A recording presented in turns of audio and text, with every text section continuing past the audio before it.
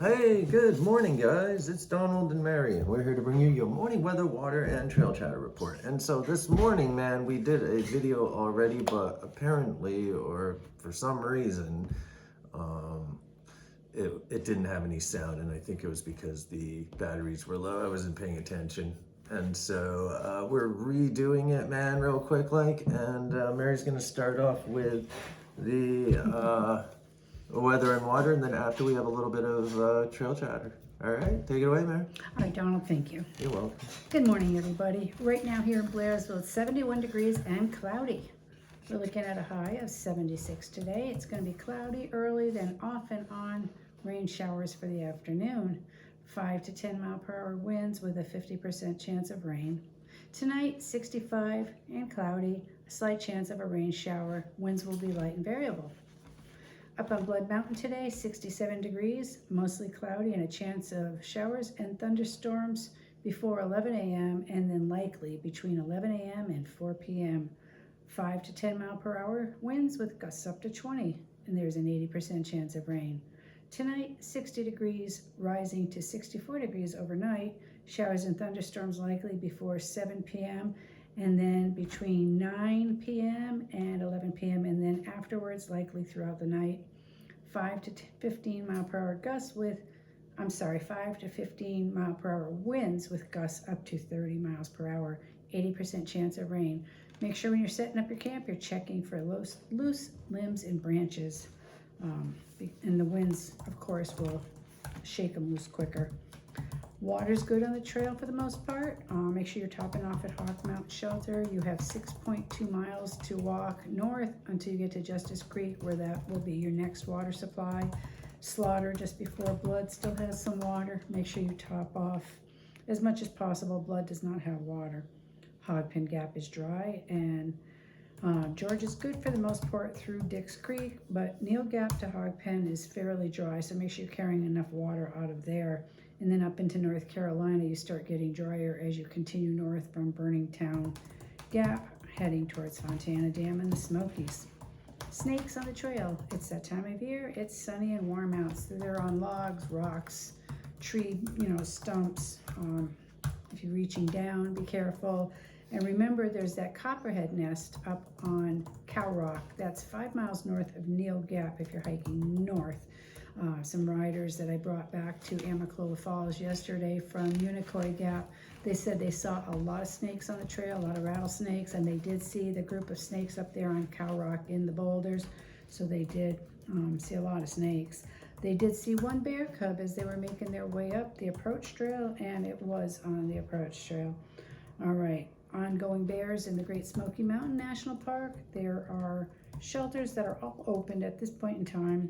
The closed campsites are 23 and 96. Charlie's Bunyan has bear warnings, and there's no campsite warnings at this point in time for bears. They're all out there. They're just not having any issues with them at the moment. All right, let's remember, whether it's the Smoky Mountains, here on the trail, wherever it may be outside when you're recreating, let's remember to leave no trace.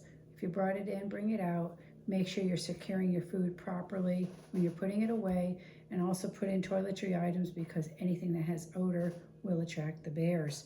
So let's also get rid of our trash properly to keep it cleaner out there for everyone, the animals and the people that are enjoying it. All right, Donald, I'm going to hand it over to you now. I'm going to talk about some other stuff we have going on. Sweet, thank you, man. You're very welcome. All right, so what do we got going on today here, man? So for rescues in New York State, we had a missing Hudson Valley man, and he was found dehydrated and barefoot in 85-degree heat after getting lost in the woods with no food or water. New York State DEC helped find the lost and injured hiker. Officials responded Shawgunk State Forest on Friday around 4:30 p.m. The hiker, a 44-year-old from New Paltz, started at Cox Road Trailhead at 1:45 p.m. and planned to hike the long path on the ridge and loop back. For some reason, the 44-year-old was hiking without shoes, completely barefoot, and despite temperatures reading 85 degrees, he didn't bring any water or food either, man, according to DEC.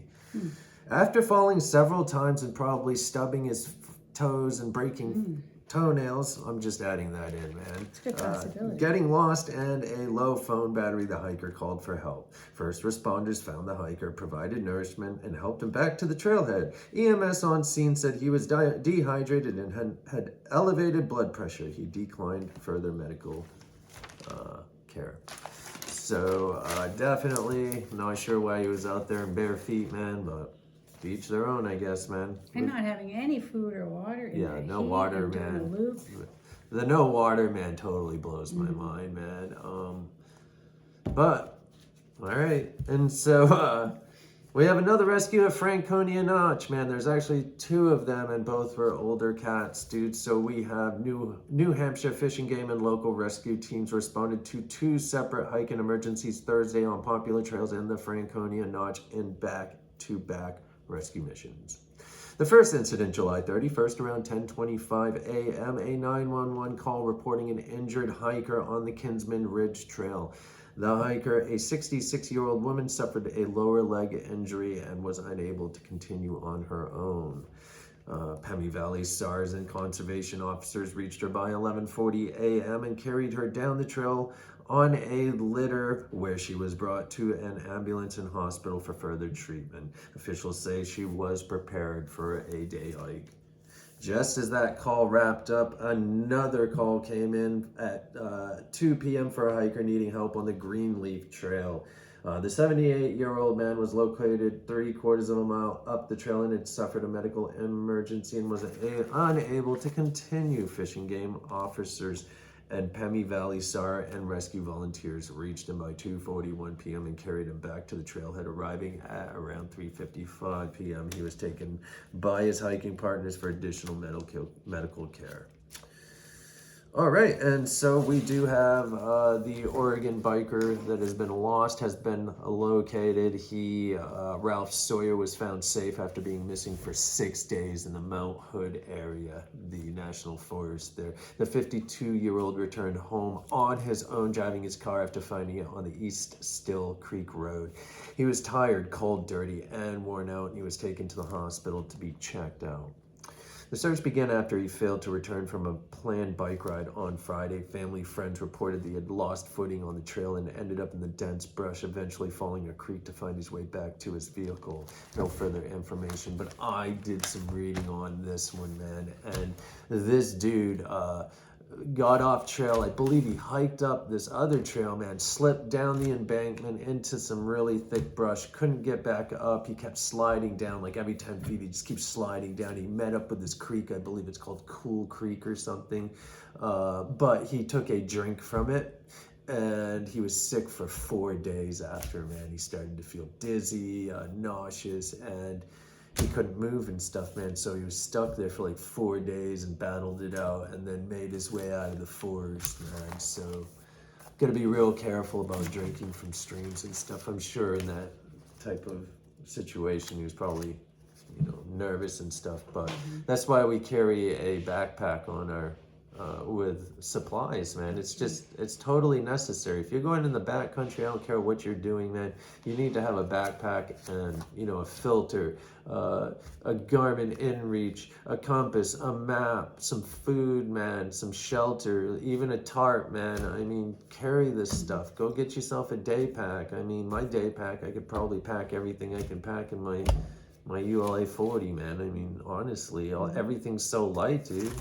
I mean, you can stuff it right in there. I mean, they got so many packs today that you can buy, from, running packs or fast packs to whatever, man. But carry stuff into the forest with you, and then you won't run into this situation. Or if you do run into a situation where this dude was or other people have been, you have the equipment you need or the gear you need to survive, even if it's for a couple days, man. Right. And have knowledge of the area, know what's going on out there. Have a look at Google, overlook it with Google, check out National Geographic maps, whatever it is, man. Know your area, man, and have a compass and a map with you, a paper map, because your phone isn't always going to work.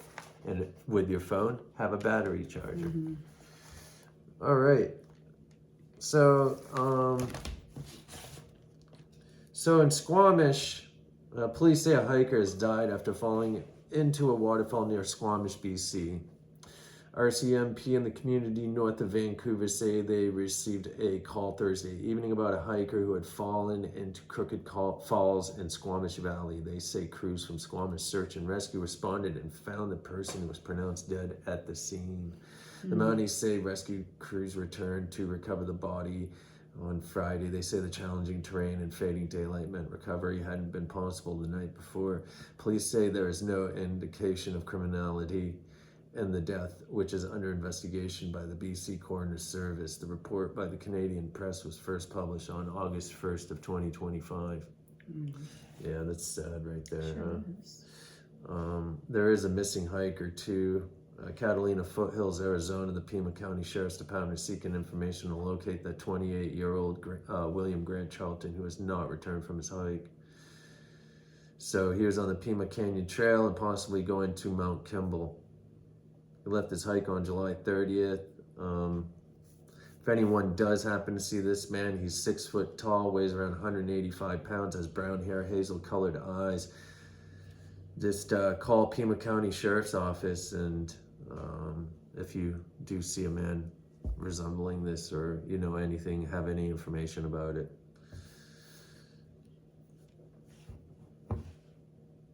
And so it's definitely cooling off here for this week. We're going to be in the 70s here in North Georgia, but it will jump back up into the 90s next week. So let's see what happens, man. It's a gorgeous day out today. It is.